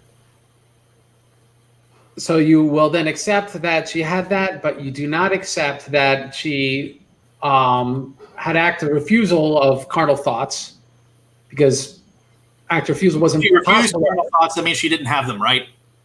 She means she refused them. She was no longer assaulted by them. Which means that she was not. She did not have a tendency towards carnal thoughts. She did not have a propensity towards carnal thoughts. But she was not have a sin which dwelling within her, which is driving her appetites towards a disorder. See, this is why St. John of Damascus is so important, because to be assaulted by a temptation, the word assault has a specific meaning, agreed, to be assaulted by passion specifically, an assault of passion. That is internalized differently from those who are fallen than those who are not. Because Adam, Eve, and Jesus, when assaulted by passions, could only be externally assaulted, because they can only be assaulted with natural goods. They cannot be assaulted with things that are bad, like carnal thoughts. Doesn't exist to them. And so carnal thoughts though they're building off natural goods like hunger and here's reproduction is a natural good. I mean, like, I know that the fathers would get very, very antsy about this, and for good reason, but it's still, let's say, you can't say it's a bad thing for humans to reproduce, like on a natural level. That's still a natural good created by God, right? I'd agree, which is why, for example, anyone can be opposed to something good, right? Like, be fruitful and multiply. Adam and Eve were opposed with that. They were not opposed with sex, all right? Because that's a result of the fall. Passion and pain are a result of the fall. So they were not posed with that temptation. While us, when we're posed to procreate, it's like, hey, you could have babies and it's going to feel real good. That's totally different than what Adam and Eve would have been posed with when God himself told them, be fruitful and multiply. Right. Yeah. So, and I know it's major in the fathers that, like, there would not there. Well, again, I think that pre Adam and Eve, they had a libido, right? But it was completely under the control of reason, because their soul was in complete control. Can you define libido? I mean, just like the whether the natural work or something. The natural desire to reproduce. Let's put it that way. Again, I think we need to be a little more specific. Okay, all right. Because St. Irenaeus, in the demonstration of apostolic preaching, addresses how Adam and Eve held each other, and he said, like children. So the whole idea of closeness and love was just completely different. That's why in heaven, we'll be like angels. We're not going to be with our husband. Yeah, I don't think there won't be any more human reproduction after the last day. But obviously, human reproduction could have taken place before the fall, and like you said, Adam and Eve were commanded to do so. So there had to be some kind of it's on the natural level, right? I'm not saying I know what exactly the means are. The fathers actually have given different answers. They said that certain body parts were made in anticipation because God foreknew the fall would occur. I don't know if I agree with that, but that's how far the speculations have gone. I have heard from Thomas Aquinas that he would originally have human reproduction was originally actually had a sacramental purpose, because that's how grace would be distributed to human beings. Yeah, it would have been created in grace. And I read that. Yeah, I can't give you an exact citation. That's kind of like I've heard like kind of secondhand passing. But so look it up, or like correct me if I'm wrong. But I believe Aquinas had looked at pre-fall man that sexual reproduction would have been a sacramental means of giving grace to human beings. All right. The original sin wrecked that. So do you have any other issues that are not within the framework we discovered today that you would like to bring up, and we could discuss those now? Okay.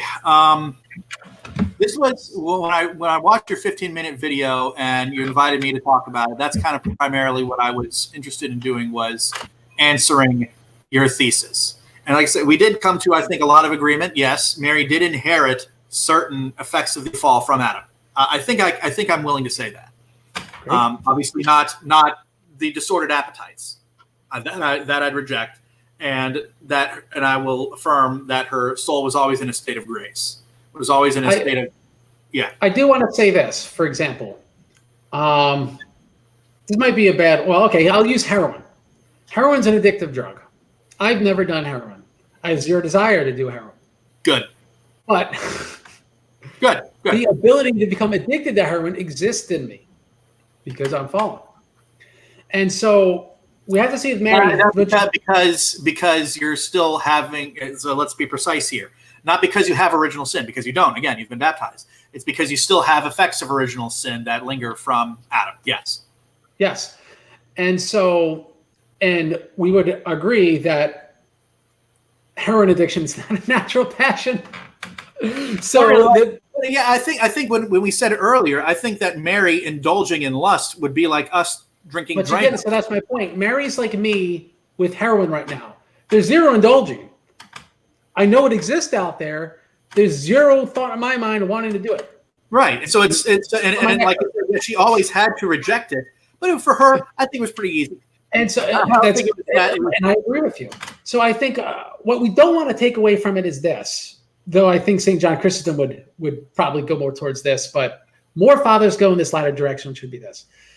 We're not to think of Mary other than perhaps at the cross, dealing with doubt, which is why that's the one they all focus upon, agonizing over decisions and agonizing over, I can't think, like imagine us and we're dropped into the middle of a strip club, and we have to walk towards the exit. Mary was not, the act of refusal was not like that for her, because she's all holy. She was not dealing with it on that level. It's more, like I said, like me with heroin. I know that I could become a heroin addict if I started shooting up heroin. But because I don't, it's not a desire that I have. So Mary constantly refusing sin, as anyone knows, the longer you don't do something, it becomes easier. It doesn't become harder.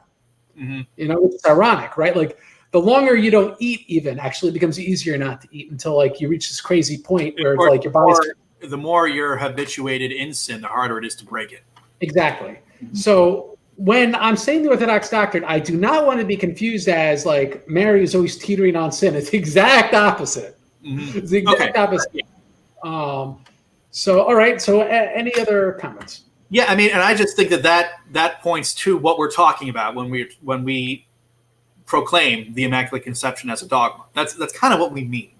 That she did not have that any she can be, temptation to sin happens, right? But Satan tempting Mary is like, hey, you want to drink this Drano? You want to eat this Tide Pod? Yeah. Like it wasn't going to happen. But it's not going to get her. So that's really what it's like, and that's why she crushes the serpent's head. I found today's discussion interesting, mostly because it shows your logical interaction. I think you can see there's very little patristically that would lead to this Roman Catholic doctrine. It's more a logical derivation of, well, we know these things are true, so this must also be true. Yeah, I think that's fair. Again, I haven't thoroughly investigated everything that the patristics have to say on this subject, or some of them get closer to what we're talking about. But that is the reason, it comes up. That's why when we talk about Roman Catholic development of dogma, it happens when these questions get asked. And of course, this question goes back, they were discussing it in the 13th century, with you had the Dominicans kind of leaning against the idea, and you had the Franciscans leaning towards the idea. And Aquinas, he had an objection, and he was grappling with it, and he was thinking, hey, how can Mary be considered saved, and while she had no sin, not even original sin? Aquinas didn't know how to answer that question, so that's why he kind of leaned against it. This is sort of like an in-style thing now. Like, well, Thomas Aquinas, he really didn't reject the Immaculate Conception, this and that. And it just reminds me when I was in Rome with. You know him from Shameless Popery, Father Maximilian Nightingale. Yeah, Nightingale, yeah. And we're walking through the Vatican, and you look into paintings, and there's one for like the Immaculate Conception, like how the doctrine came. And if I remember right, it's like the Pope is presenting to her like the doctrine, and she's like, "Oh, you shouldn't have." Like she's kind of like this, and you see and Thomas Aquinas is there, and he's like, "I guess so." Like he doesn't look happy. So it's like, all right. So I just like to say, it's like, unlike a lot of pop apologetics, this is an issue where Roman Catholic intellectuals are aware that, no, this was an issue that was very divisive within intellectual circles in Roman Catholicism for a very long time. It's obviously codified as dogma, so it's no longer up for debate. Like all things Roman Catholic, it does seem like, well, we can interpret it as this, we can interpret it as that, and I would hope it gets interpreted into the Orthodox doctrine somehow, because I think almost any word could be. You keep recategorizing things, you could walk it back to anything. But that would be my comments on that. I want to go to question and answers, and then I'll end this video with brief comment on a video last night on Reason Theology in response to my earlier videos. But first, we got a question from Emil, and I'm going to leave it up here because it's like 1,000 words long for you. Is the salvific work of Christ isolated to only what he did on the cross? Where does recapitulation fall within Roman Catholic framework? Is that part of the restorative process of salvation? So these are questions for you. Okay, yeah. And again, I know we've talked about this before, and Eastern Orthodox recapitulation is the major view of how most Eastern Orthodox view the atonement. I would say at least the first question is the salvific work of Christ isolated to only what he did on the cross? No, everything. His incarnation, life, death, resurrection, everything. And furthermore, and this is what I had a big gripe I have against the Calvinists. They tend to look at the cross specifically and only, and they forget that St. Paul says, if Christ is not raised, our faith is in vain, we're wasting our time. So it's the resurrection is key here to our salvation. If it was just Good Friday and Christ is still in the tomb, we don't get to go to heaven. We'd just be less guilty. We'd just be less guilty bones in the ground. Yeah. And if the incarnation didn't happen, obviously, then the cross couldn't happen. Now the cross is definitely part of it. I don't want to downplay the Christ sacrifice on Calvary. That is, that's the ultimate reason why, the Eucharist obviously is directly, it's the same sacrifice as Calvary in a different manner. But so obviously the crucifixion is a necessary part of God's plan, and the Christ sacrifice on the cross. As far as recapitulation, sure. Catholics, when we talk about atonement theory, we can include a lot of things. And even, as Craig and I have talked about before, we can even include penal substitution as long as we're very, very clear that Christ did not experience damnation in whatsoever.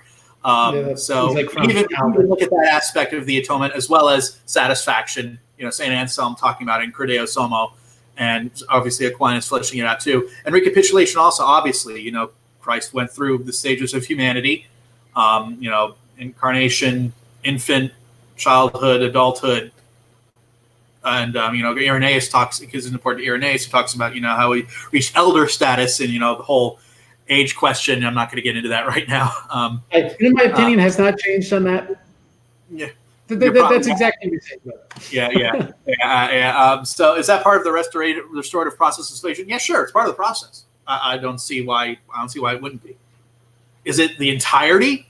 I think there are other aspects to look at. I think satisfaction is definitely, the fact that Christ self-sacrifice on the cross pleases God so much that his wrath is turned off, that he is propitiated, he is appeased. I think that's part of it too. So I think I think it'd be simplistic to limit it only to one aspect. That answers your questions. Yeah, on this question, I wanted to say, here's what I tell my son. I make a point out to do it every day. And I know if a day occurred where I haven't done it yet. And as soon as he's been able to actually grab and stuff. So I got a cross in my dining room. I bring him to the cross. And I'll try not to break into my baby talk voice. But I said, this is the cross. Our God, Jesus Christ, did not consider equality God the Father something to be grasped. He's God of God, light of light, true God of true God. He emptied himself in the form of servant, in the fullness of deity, dwelt bodily in a baby, just like you. And he lived a life we couldn't live. He always was righteous. And he, the righteous one, was killed by the guilty and crucified on the cross. The guilty murdered the innocent. And on that cross, he paid the penalty for our sins because our sins put him on that cross. But the cross is empty. The cross is empty because by the power of his divinity, he rose himself from the dead because he couldn't die. He had to choose to die. But he, by the power of his divinity, rose from the dead. And that's why the devil hates the cross, because so shall we. God became man so man could become God. We are joined to God when we have faith in him and we're baptized in him. And we become more like him by communing his flesh and blood. And so the cross is a reminder saying that he's lost. It's a symbol of our victory. And so we will be joined with Christ in heaven with deified, resurrected bodies like his. So always cling to that cross, son. Always cling to that cross. And that's pretty much what I tell him ad verbatim every day. Amen. And so to me, if you tell someone that every day, they'll have better Christology and a better grasp from the gospel than most people their whole lives.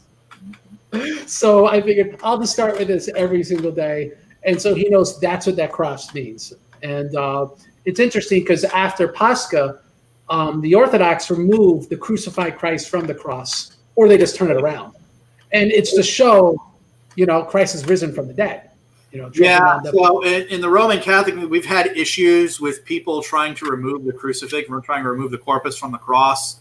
Mostly modernists are trying to do this with, because they want to de-emphasize the suffering and they want to de-emphasize the hardships that come with the Christian life. They want everything to be sunshine, happy roses. And so, I get, conceptually why Eastern Orthodox will do that. But for me, for what Catholics are dealing with now in our church, that's I wouldn't want to do that just because that's not something I want to de-emphasize right now. It's a growing sort of Protestantism. Yeah. Right. In America, we have and it's going to go to Eastern Europe because they've got connections with Western Europe too. The problem is it's viewed as the newer, better way of doing things. I thought I turned off on this question, so I'm going to try to turn off. Hide. It's a terrible business model. If you go, how would I want my church to lose attendance and make less money, and thereby also lose, save less souls? The answer would be modernize, right? If you got CEOs together and looked at what works for church growth, what doesn't. What doesn't work is selling out. It's the worst thing you could do. It never works. It'll give you it's like amphetamines. They'll give you a short-term bump, but then you get this caffeine crash, and it all goes away. Yeah. And so in Roman Catholicism, you have to struggle to get rid of the altar girls and stuff. Let alone technically speaking, there's something wrong with the cross without that. But I know exactly what you mean. Girl altar boys. Roman Catholics brought up with the crucifix, with the crucified Christ on it, are going to start, people import meaning to things. And what they're going to import is, oh, well, the crucifixion was symbolic. It's not like it really happened. Yeah. Right? Because that's what. Like sometimes you'll see these like little Gumby corpuses, like a stick figure, really. And it's just like, it's absurd and it's atrocious. Yeah, it's, I know we're on the same page. And, it all sadly began 500 years ago where they removed the altar screens. If you walked into a Western church, it really didn't look any different than an Eastern church, Yeah. And it keeps getting walked back. Like what I would definitely would love to have back now is the altar rail, because that was still at least maintaining the definitive separation. It's like the laity are here, and here's the altar, and that's the holy place, and only the priests and the people who are ordained go up there. And if you're not, then you sit back here, or you don't even sit. Because I remember, actually, I was a couple of days, and I know this is the case. Like pews only came around like 400 years ago. Mm-hmm. The pews, other than that, like you'd stand, kneel, whatnot. I wonder when kneelers happened, because I do know that kneeling in the West was always considered just kneel on the ground without a kneeler. Yeah, I'm sure they brought like their jacket. Yeah. And stuff, but I do knees on the on the brick, and just and it hurt. We liked it. We liked it. I hate kneeling. It's in the snow. It's when it's the Pentecost, because we have kneeling prayers and Pentecost. Like I have to put my jacket under my knees, and I think next time I'm going to bring like a foam thing under my knees. Yeah, we're not like Catholics with calloused knees. Yeah, I want to offer up the pain, but then the pain becomes a distraction, and it's all I can think about. So it's a balance that I try to So it's I'm gonna make some quick comments on the video on music theology, and then like all of Matt's and my videos, we always talk a little bit about a random topic for the fun of it, just to end the video. So just before that, I'll just make a quick comment about last night's video. I don't have really any real desire to respond to it in any sort of details, only because I don't think there were a lot of real relevant details brought up. I appreciate that it was generally charitable, never mentioned me by name. There wasn't like this, it didn't look like people were stewing with hatred or anything. So I see that as a real positive. I don't think it really brought up a lot of good content as a real interaction with patristics. I think it was very clear that particularly Elijah had, these categories of thought, which are clearly post-schism. And if you grant the premises and presuppositions for those things, they could make sense. And, we talked about that today. I would concede that much if you concede all those things. But otherwise, there were statements that were factually incorrect. For example, that Father Capps read every single instance of pre-purification, because Father Capps explicitly said in, I believe it was November, that he had not. So that's, am I going to take what someone says they know about Father Capps, or what Father Capps actually explicitly says? Obviously, what Father Capps explicitly says. I also saw obvious concessions, for example, Father Capps made an argument from doctrinal development, but that doesn't mean it wasn't apostolic. Well, then the argument is over that doctrinal development. It already kind of concedes you're not really going to find this as explicitly as the fathers as you want it. I think I mentioned that as well, didn't I? Yeah, you did, because it's consistent. And other than that, there was just statements pertaining to St. Leo said something, which we wouldn't like, but if you look at the tome and you look at this word this way, and then you translate it that way, and then it might not be so bad. And it seems to me, while you're more, I think, forthright in saying that, I could disagree with the saint on that. Though obviously with St. Leo, that's very tenuous for Roman Catholic. You have to more argue, well, he wasn't teaching ex cathedra when he gave that sermon on the Nativity, and stuff like that in order to make those sort of statements. So that's why I'm not really interested in doing a rebuttal to that video, because I think today we talked about the same topics. Yeah. I say go into the citations, read them more thoroughly, and go, okay, do you really think these categories of thought that you heard Elijah talk about meant anything to St. John of Damascus? Because right for him to mean anything to him, there'd have to mean something to him to interpret his words that way. That's specific to genre. So for example, if we read, 2 Kings and we read 2 Chronicles and they disagree with Numbers. And we could go crazy and try to go, oh, well, that's a manuscript error, or that number is really, you should understand it as math, and they're actually the same number, or something wacky. Or we could just be obvious to go, to take something literally, like Cal said in one of the shows, to take something literally means to take it literally as it was intended, the way it was written in that genre. So if Second Chronicles, which is, to me, less slavishly historic compared to Second Kings. In Second Kings, they always list their sources and stuff like that. In Second Chronicles, it seems to like list sources which are really Second Kings and just kind of postulates, well, that must have been from these other sources. Second Chronicles is intentionally slightly more mythical. So it could use larger numbers to connote how big and how awesome something was. Right. And so the reason I bring that up is to take this kind of modern way of thinking. The numbers must match, right? For it to be historically accurate, the numbers got to match. Would actually not be taking Second Chronicles literally, because that's not how Second Chronicles was intended to be read. So that's why we got to be careful when we read the Damascene. If he's, some of the things he says about Mary, I think we would agree. Let's say I'm wrong about all the stuff about Damascene, but I think we'd agree on principle. We have to understand Damascene within the category of thought that he was expecting to be interpreted by. Sure. Yeah.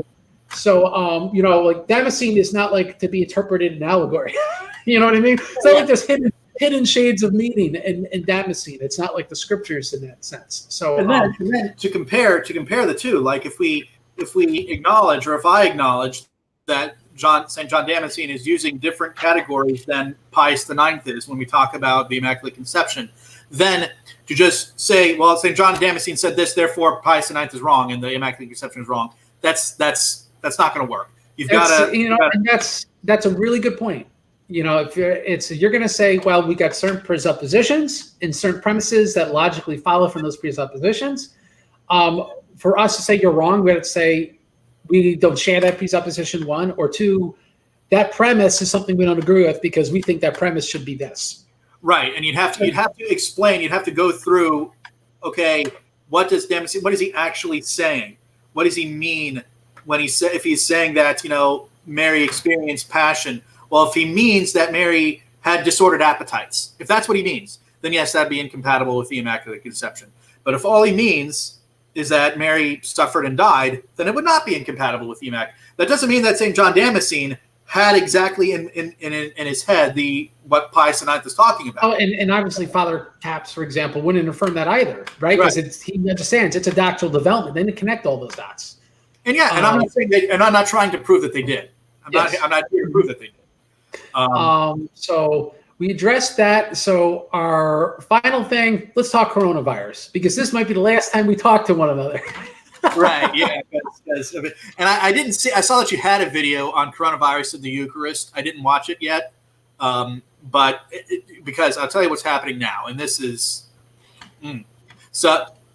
God bless the few bishops out there. I know there's at least one, Archbishop Sample in Portland, Oregon, who forbade anyone in his diocese from stopping communion, receiving communion on the tongue, because that's become a thing now, where because of coronavirus, all these bishops and priests and parishes are requiring communion in the hand.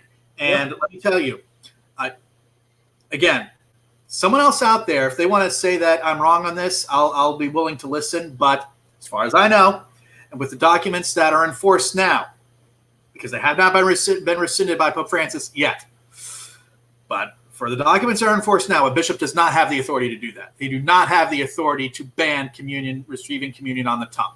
There are documents from the Vatican from around 10 years ago, sure, but they have not been rescinded, that mandate that the faithful must be allowed to receive on the tongue. I don't care what the bishop says on that. He does not have the authority to outlaw it. He's been superseded. And I think that's why they're more Vatican documents. Those documents have to be rescinded first. And so if a priest or if a bishop says you are not allowed to receive on the tongue, he is in error. It's and I think it's more they're encouraging. They're like kind of say we're going to let local parishes, take the steps. Some of them have just said, "Oh, well, we encourage you to do that." That's not restricted. But some of them have gone further. Like the entire Mexican Bishops' Conference has said, "Okay, everyone got to receive communion on the hand now," and they do not have that authority. And a few dioceses in the United States, and the Bishop of Santa Fe also mandated that in his diocese everyone receive on the hand. He does not have that authority. I mean, you guys have it lucky. I mean, we all share the same spoon. Yes, I didn't. Having not watched your video yet, are there the answer to the Orthodox community on? Well, maybe we should. Here's what the Patriarch of Romania said. I'm going to paraphrase. Tough crap. That's really what he said. Go to your spiritual father, ask for more faith, kiss the icons, and God bless. And likewise, we have the wonderful saintly Bishop Athanasius Schneider from auxiliary bishop from Astana, Kazakhstan, who said that any bishop who does this, they lack faith. They're lacking faith if they decide to ban communion on the tongue because of the coronavirus. First and foremost, they are lacking faith. And secondly, here's the thing that really irks me. That probably, like the lack of faith, it's like, even though that's worse, I'm like, yeah, that's not surprising. But what really, really irks me is that they think it's more sanitary. The communion in the hand it's actually less. The hands are far more germy than our mouth is, believe it or not, because the hands touch everything. It does show there is there's a subtle theological difference of the Eucharist between Orthodox and Roman Catholics. Because, for example, with Roman Catholics, there's gluten-free communion, though it's still made of wheat. I'll give them credit. It's not supposed to be. Like, we have low gluten hosts. But but it's almost microscopically removed. And the Orthodox, I don't know how low it is. It's not supposed to be completely gone. But there's kind of this idea that it's normal if you get sick from the accidents in the Eucharist. That's an allowable way of thinking within Roman Catholicism. While in Orthodoxy, it's like, no, you cannot get sick if you're communing rightly. And if you're getting sick, you're communing wrongly. Or God doesn't want you to, God wants you to repent even more of sin, And so it's much more unyielding. And so I went to the video, get some more detail if people want it. But I will say this, and I'd be interested to pick your brain on this. What about the spoon, though? Because the spoon is not the Eucharist. Maybe you could get terms from the spoon. Well, for example, last night was pre-sanctified liturgy. The wine is not Christ's blood. I mean, other than maybe microscopic amounts that soaked into the blood that were in the pre-sanctified gifts, right? The wine's just wine. And everyone's sharing that same spoon. And so icon, for example, an icon is just an icon, right? It's not his flesh and blood. And so really what Patriarch, I think it's Daniel was saying, was that the power of the prayers of those saints, the power of pleasing God by worshiping him is more powerful than germ theory. Pretty much, right? God's the great healer. Like St. Abigail here. Whoa, that almost was a flashback when I knocked it. You did that once. Yeah, St. Abigail here, right? She's a saint who heals, right? She's Irish. And so if I kiss St. Abigail and ask for prayer, and then someone else does and kisses the same spot, that'd be awfully ironic. They got coronavirus asking for healing, kissing the icon of the healer, right? That would undo the theology of icons. That, right? They are windows into heaven. This saint actually does something for you through you. I just saw a comment there. Yeah, the spoon is blessed, and that's true. Icons are blessed. They're blessed by the saints. They're also put onto the altar and blessed sometimes. Yeah. So behind the aren't. I'm definitely going to say that, yes. I do think that this betrays a lack of faith. Every time we go through this, every time there's a swine flu or another thing, every time we have flu season, even when some priest wants to say, okay, now we have to have communion in the hand because of flu season. Every time I hear that is, Bishop Schneider was right, there's a lack of faith present. Well, and here's the thing. I'm not saying you can't get sick going to church. Someone could cough at you on the way in, the way out. Right. And, all that can still happen. And when some of them are like, okay, let's not hold hands during the Our Father, which you're not supposed to do anyway. Let's stop that. Let's stop, the exchanging taking hands in peace while our Lord is there on the altar, which you're not supposed to do anyway. Yes, let's stop that too. But when it comes to now, where all of a sudden we have to have our hands everywhere on our Lord because can you imagine St. Paul saying, "Don't exchange the holy kiss. The plague is going around." Right? Yeah, no, that wasn't going to happen. That wasn't going to happen. Here's the point that I need to make to every, if you're a priest, or if you're bishop and you happen to come across this video, all right, I know I do not have that apostolic authority that you do. But listen to this, okay? St. John Vianney said, it is worth to risk our lives to get to Holy Mass. Okay? It is worth the risk of our life to get to Holy Mass. Mm-hmm. I want you all to remember that. Because if you say that, this is that, to have communion in the hand, you can't receive communion reverently as our Lord, not only did our Lord intend, but as the Vatican prefers. I can go into the whole thing about communion in the hand now, but as the Vatican prefers, that you say we can't do that because of a stinking virus, and lack of faith. We're not telling you, unless I'm not saying don't get last rites and don't commune before you die. That's different.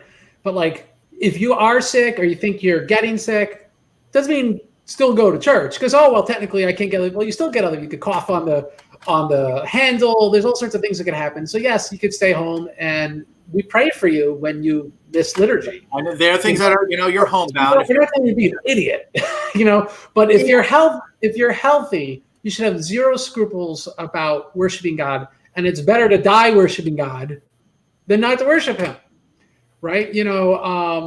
I will say this. I think people have to realize coronavirus, I think, is more serious than the swine flu. The swine flu's kill rate was 0.01%, which is 1/10 of the actual flu. So it was pretty much it was negligible. I think 10 to 20% of the earth got swine flu, but you might not even notice because it was practically nothing. Coronavirus is going to be very similar. So I'm not saying people don't take coronavirus seriously. Take it seriously, but don't panic.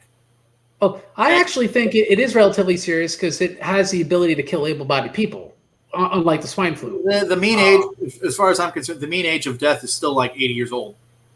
So it still affects like the flu, it affects the elderly and the young are they're most at risk. Yeah, definitely. Though, ironically, the latest research says the very young, below 9 years of age, are actually at the least risk. They don't know why. And some of this could be that's good. And also pregnant women, by the way, pregnant women. The theory is the theory is because kids are sick all the time, they're eating dirt, doing stupid crap, and pregnant women, their immune systems, because it's part of your body not killing your own kid, are suppressed naturally by the hormone changes. They believe that coronavirus may in fact get worse because it leads to a hyper immune response to your body trying to kill it. And so with a suppressed immune system, that doesn't occur, and so they don't get sick of the coronavirus. But again, that is brand new research out of Chinese universities. So take that with major grains of salt, but that's the latest that we have. Of course, I was talking with my wife last night actually about this thing, and the possible origins on how this whole thing broke out, and of course, I know not to get all conspiracy theory-ish, but what do you think about the idea? Because I've definitely seen it out there that China intentionally released it. That this is intentional. They intentionally let it out. I don't think they intentionally let it out. I'm very disappointed that Facebook marked a story that I put up, and I only put religious stuff. You very rarely see me and my family out. That's really not what I use Facebook for.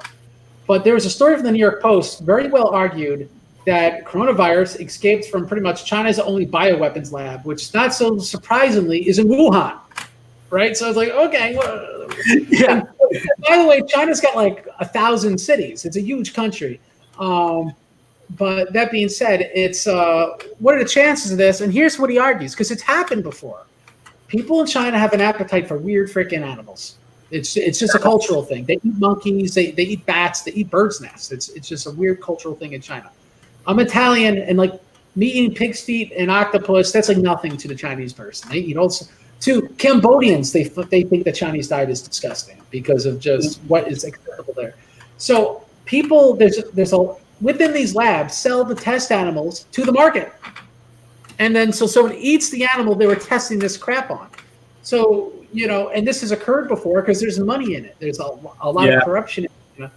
And so someone go, well, then why didn't everyone die of smallpox by now or something like that? And the answer would be, well, for one, people tend to cook food, right? So if you cook it, it could have anthrax on it. It's going to kill the anthrax, So that's not the idea. But obviously the risk is there if you undercook, if you touch the food, like, let's say you make meatballs. You touch it, then you like wipe your eye. You make the meatballs, you throw it in, they're frying, and like you said, you don't wash your hands for 30 seconds, as I say, you could have one bacteria left, things like that can happen. And so if you want my honest guess, this should have not been as fake news, because it's perfectly possible. I mean, viruses don't just come from outer space. They come from somewhere. There's a good possibility that this was something that was in the lab for whatever reason, whether it's a naturally occurring virus, whether it was something they could have been working on a vaccine, because there's other coronaviruses that aren't COVID-19 in China, and they're testing the vaccine on animals, and this cheap bastard sells the animal market. So then it wouldn't be malevolent; it would just be sheer incompetence. Either way, it's not really good. But the reason for maybe why it was intentional, and I'm not saying it was, and I can't prove this, but you know what we're not hearing about out of China anymore, and we haven't heard about in months? Hong Kong. Yeah, that's gone, completely gone. And so, and furthermore, the state, the communist state, every person is a burden on the state because the state has to take care of them because they're communists. Yeah. So why not thin the herd? Well, here's an interesting thing about that. I actually don't think that's what China wanted, because their response to coronavirus is extreme, and it's with the intent of stopping it. If you actually watch videos of what's going on in China, and my wife and I know a Chinese student whose parents might not be able to make his graduation from college, they are really trying to lock this down. And I hate to say it, if we want to stop this thing from getting like it is there, the West has to start doing real, what's that word where they lock you down with a disease? Quarantine. They got to actually start being serious about this, because it's obviously contagious. And without those measures, China can start curbing this. And it's, if everyone else is lazier than China, what's going to happen is we're going to then start infecting China. It's going to go the other way around. And but the thing is, I don't think we can live our lives like people are saying, like, we got to cancel school, like Italy has done, or like go to like remote things. Seattle now is just saying everyone work from home, please. And first of all, I can't do that for my job. But that's not the point. Yeah. The point would be if you get half the people off, that already by default makes half the possible transmission, and then it doesn't overload the system. So when the people do get infected, it's easier to quarantine the less people that do get infected. Of course, if you know you have it, stop human interactions, please. And I think that's the main problem with this. It's its long incubation period. You have no idea if you have it for a long time. You can spread it without having symptoms. That's the real. It has a modestly high kill rate. So when people go, oh, well, honestly, if I didn't have a kid, I don't know if I'd be very concerned, because I'd be unlikely to die of pneumonia. But that being said, that's more the issue. It's enough of a problem where if you got a society that's productive, that the society could lose trillions of dollars just by the loss of productivity. And so like my wife's country, Cambodia, took in that cruise ship. They don't care, because if their oldest and most infirm die, they don't have social systems that are stressed. There's no free medical care there. So they don't care. It will make it, they'll then all get immunity, and whoever's left, they don't care. But again, Cambodia had a genocide in the 1970s. But China's like us now. China's the world's second largest economy. It's too expensive for them to let this thing get bad. And even if it was intentionally released, I think it's gotten out of hand. New York had its first case, I believe, the beginning of this week. One case. It's already up to 45.